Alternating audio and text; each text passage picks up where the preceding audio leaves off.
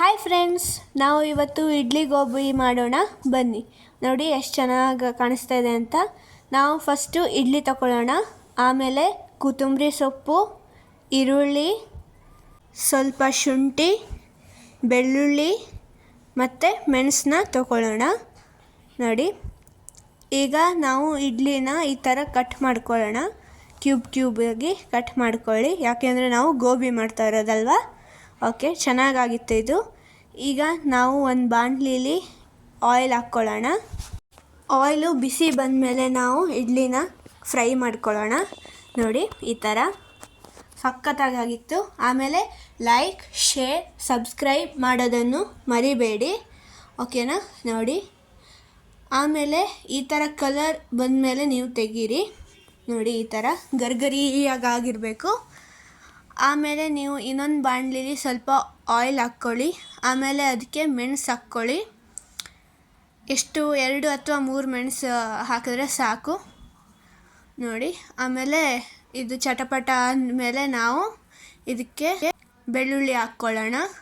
ಇದು ಸೇಮ್ ಗೋಬಿ ಮಾಡ್ದಂಗೆ, ಆದರೆ ನಾವು ಅದಕ್ಕೆ ಇಡ್ಲಿ ಹಾಕ್ತಾಯಿದ್ದೀವಿ, ಓಕೆನಾ. ಬೆಳ್ಳುಳ್ಳಿ ಹಾಕ್ಕೊಳ್ಳೋಣ. ನೋಡಿ, ಈ ಥರ. ಆಮೇಲೆ ಇದನ್ನ ಸ್ವಲ್ಪ ಫ್ರೈ ಮಾಡ್ಕೊಳ್ಳೋಣ. ಇಡ್ಲಿ ಗೋಬಿ ಅಂದ ತಕ್ಷಣ ನೀವು ಚೆನ್ನಾಗಿರಲ್ಲ ಅಂತ ಅಂದ್ಕೊಳ್ತೀರಾ, ಆದರೆ ಇದು ತುಂಬ ಚೆನ್ನಾಗಾಗಿತ್ತು. ಇಡ್ಲಿದು ಅಂತ ಹೇಳೋಕ್ಕೆ ಆಗ್ತಾ ಇರಲಿಲ್ಲ. ಆಮೇಲೆ ಈಗ ಇಲ್ಲಿ ಶುಂಠಿ ಹಾಕ್ಕೊಳ್ಳೋಣ. ಸಖತ್ತಾಗಿತ್ತು ಇದು. ಆಮೇಲೆ ಈಗ ಇಲ್ಲಿ ಈರುಳ್ಳಿ ಹಾಕ್ಕೊಳ್ಳೋಣ. 1 ಈರುಳ್ಳಿನ ನೀವು ಕಟ್ ಮಾಡ್ಕೊಳ್ಳಿ, ಸಾಕಾಗತ್ತೆ. ನೋಡಿ, ಈ ಥರ ಇದನ್ನ ನಾವು ಫ್ರೈ ಮಾಡ್ಕೊಳ್ಳೋಣ. ಫ್ರೈ ಮಾಡ್ಕೊಂಡಾದಮೇಲೆ ನಾವು ಇದಕ್ಕೆ ಸೋಯಾ ಸಾಸ್ ಹಾಕ್ಕೊಳ್ಳೋಣ. ಸ್ವಲ್ಪ ಹಾಕ್ಕೊಳ್ಳಿ. ನೋಡಿ, ಈ ಥರ ಹಾಕ್ಕೊಳ್ಳಿ. ಆಮೇಲೆ ಇದನ್ನ ಮತ್ತೊಂದು ಸತಿ ಮಿಕ್ಸ್ ಮಾಡ್ಕೊಳ್ಳೋಣ. ನೋಡಿ, ಈ ಥರ. ಆಮೇಲೆ ಸೋಯಾ ಸಾಸ್ ಹಾಕ್ಕೊಂಡಾದಮೇಲೆ ಮಿಕ್ಸ್ ಮಾಡ್ಕೊಂಡಾದಮೇಲೆ ನಾವು ಇದಕ್ಕೆ ಕೆಚಪ್ ಹಾಕ್ಕೊಳ್ಳೋಣ. ಇದನ್ನು ಸ್ವಲ್ಪ ಹಾಕ್ಕೊಳ್ಳಿ, ತುಂಬ ಜಾಸ್ತಿ ಹಾಕ್ಕೊಳ್ಳೋಕೆ ಹೋಗ್ಬಿಡಿ, ಯಾಕೆಂದರೆ ಹುಳಿ ಆಗುತ್ತೆ ಆಮೇಲೆ. ನೋಡಿ, ಈ ಥರ ಮಿಕ್ಸ್ ಮಾಡ್ಕೊಳ್ಳಿ ಮತ್ತೊಂದು ಸತಿ. ಚೆನ್ನಾಗಿ ಕಾಣಿಸ್ತಾ ಇದೆ ಅಲ್ವಾ. ಈಗ ಇಷ್ಟು ಮಿಕ್ಸ್ ಮಾಡ್ಕೊಂಡಾದ್ಮೇಲೆ ನಾವು ಸ್ವಲ್ಪ ಖಾರದ ಪುಡಿ ಹಾಕ್ಕೊಳ್ಳೋಣ, ಖಾರಕ್ಕೋಸ್ಕರ. ನೋಡಿ, ಚೆನ್ನಾಗಿ ಇದನ್ನು ಸಹ ಮಿಕ್ಸ್ ಮಾಡ್ಕೊಳ್ಳಿ. ಆಮೇಲೆ ಇದಕ್ಕೆ ಕೊತ್ತಂಬರಿ ಸೊಪ್ಪನ್ನು ಹಾಕ್ಕೊಳ್ಳಿ. ನೋಡಿ, 1 ಮುಷ್ಟಿ ಏನೋ ಹಾಕ್ಕೊಂಡಿದ್ದೀನಿ ನಾನು.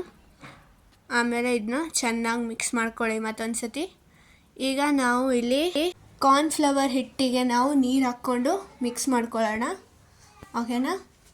ಈ ಥರ ಮಿಕ್ಸ್ ಮಾಡ್ಕೊಳ್ಳಿ. 1 ಬೌಲಲ್ಲಿ ಹಾಕ್ಕೊಳ್ಳಿ ಸ್ವಲ್ಪ. ಆಮೇಲೆ ನೀವು ಇದನ್ನ ಏನು ಮಿಕ್ಸ್ಚರ್ ಇತ್ತೋ, ಈರುಳ್ಳಿ ಅದೆಲ್ಲ ಮಿಕ್ಸ್ಚರ್ ಇತ್ತಲ್ಲ, ಅದಕ್ಕೆ ನೀವು ಸೇರಿಸ್ಕೊಳ್ಳಿ. ತುಂಬ ದಪ್ಪನೂ ಇಟ್ಕೊಳ್ಬೇಡಿ. ಆಮೇಲೆ ಇದನ್ನ ಮಿಕ್ಸ್ ಮಾಡ್ಕೊಳ್ಳಿ. ನೋಡಿ, ಈ ಥರ. ನೋಡಿ ಎಷ್ಟು ಚೆನ್ನಾಗಿ ಕಾಣಿಸ್ತಾ ಇದೆ ಅಂತ. ಇದಕ್ಕೆ ನೀವು ಸ್ವಲ್ಪ ನೀರನ್ನು ಹಾಕ್ಕೊಳ್ಬೋದು, ಅಥವಾ ಇನ್ನೂ ಸ್ವಲ್ಪ ಕಾರ್ನ್ಫ್ಲವರನ್ನೇ ನೀರಿಗೆ ಹಾಕ್ಬಿಟ್ಟು ಮಿಕ್ಸ್ ಮಾಡಿಬಿಟ್ಟು ಹಾಕ್ಕೊಳ್ಬೋದು. ಈಗ ನಾವು ಏನು ಫ್ರೈ ಇಟ್ಕೊಂಡಿದ್ವೋ ನಮ್ಮ ಇಡ್ಲಿನ, ಅದನ್ನ ನಾವು ಹಾಕಿಬಿಟ್ಟು ಮಿಕ್ಸ್ ಮಾಡ್ಕೊಳ್ಳೋಣ. ಸೇಮ್ ಇಲ್ಲಿ ಟೇಸ್ಟ್ ಗೋಬಿ ಥರನೇ ಆಗುತ್ತೆ. ಮಕ್ಕಳಿಗೂ ಸಹ ಇಷ್ಟ ಆಗುತ್ತೆ. ಇದು ಸ್ನ್ಯಾಕ್ಸ್ ಥರನೂ ಮಾಡ್ಬೋದು, ಸಂಜೆ ಟೈಮಲ್ಲೂ ಮಾಡ್ಬೋದು. ತುಂಬ ಚೆನ್ನಾಗಿ ಗೋಬಿ ಟೇಸ್ಟೇ ಬರುತ್ತೆ ಹೇಳಬೇಕು ಅಂದರೆ, ಯಾಕೆಂದರೆ ಅರ್ಧ ಪ್ರೋಸೆಸ್ ಆ ಥರನೇ ಇರೋದು. ಆದರೂ ತುಂಬ ಚೆನ್ನಾಗಾಗಿತ್ತು. ನೋಡಿ ಎಷ್ಟು ಚೆನ್ನಾಗಿ ಕಾಣಿಸ್ತಾ ಇದೆ ಅಂತ. ಇಲ್ಲಿ ಬಾಯಲ್ಲಿ ನೀರು ಬರುತ್ತೆ. ನೀವು ಸಹ ಟ್ರೈ ಮಾಡ್ಬೋದು, ಈಸಿಯಾಗಿದೆ. ಸಂಜೆ ಸ್ನ್ಯಾಕ್ಸ್ ಥರನೂ ಟ್ರೈ ಮಾಡ್ಬೋದು, ಅಥವಾ ಯಾರು ಬಂದರೆ ಗೆಸ್ಟು, ನೀವು ಇದನ್ನ ಟ್ರೈ ಮಾಡ್ಬೋದು, ಈಸಿಯಾಗಿರುತ್ತೆ. ನೋಡಿ, ನಾವು ಇದನ್ನ ಸರ್ವ್ ಮಾಡ್ಕೊಳ್ಬೋದು. ಮೇಲೆ ಕೊರಿಯಂಡರ್ ಲೀಫ್ ಹಾಕ್ಬಿಟ್ಟು ಡೆಕೋರೇಟ್ ಮಾಡ್ಕೊಳ್ಳಿ. ನೋಡಿ ಎಷ್ಟು ಚೆನ್ನಾಗಿ ಕಾಣಿಸ್ತಾ ಇದೆ ಅಂತ. ತುಂಬ ಟೇಸ್ಟಿಯಾಗಿತ್ತು. ನೀವು ಇನ್ನೂ ಖಾರ ಬೇಕು ಅಂದರೆ ನೀವು ಇನ್ನೂ ಸ್ವಲ್ಪ ಹಾಕ್ಕೊಂಡ್ರೆ, ಖಾರದ ಪುಡಿ ಹಾಕ್ಕೊಂಡ್ರೆ ಆಗುತ್ತೆ. ನೋಡಿ, ಇದ್ರ ಜೊತೆ ಕೆಚಪ್ ಜೊತೆ ಅಂತೂ ಸಖತ್ತಾಗುತ್ತೆ, ನೋಡ್ಬೋದು. ಆಮೇಲೆ ಇಷ್ಟ ಆಗಿತ್ತು. Thank you for watching.